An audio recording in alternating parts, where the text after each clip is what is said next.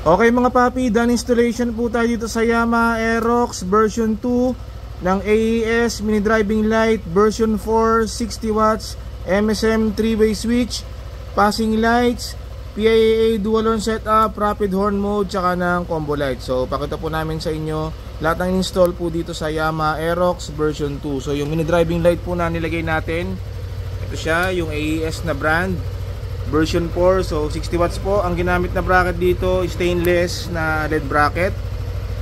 Ayan. Okay, ang ilaw niyan, low beam, white, high beam, yellow. Bali ito po yung ginamit natin na switch, MSM brand na 3-way switch. Sa left side mirror naka-mount. Naglagay po tayo ng stainless passing switch para sa passing lights. So bali pag naka-off po yung mini driving light, pwede siyang mag-passing, low beam, passing, high beam, passing. Okay, so sa lahat ng mode ng ilaw, gumagana po yung ating passing.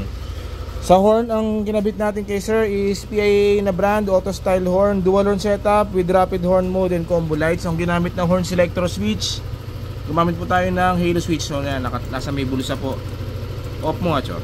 Bali pag naka-off yan, by default ang businang tutunog po ay stock. Pag nilong press, rapid. Okay. So pag press natin yon, magpapalit na po siya sa PIA horn, busina. Okay, may combo lights. Pag nilong press, magra-rapid. Yan. So rapid and combo lights sa PIA horn. Low beam, rapid. High beam, rapid.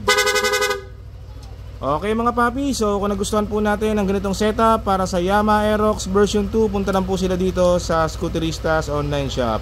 Maraming salamat po.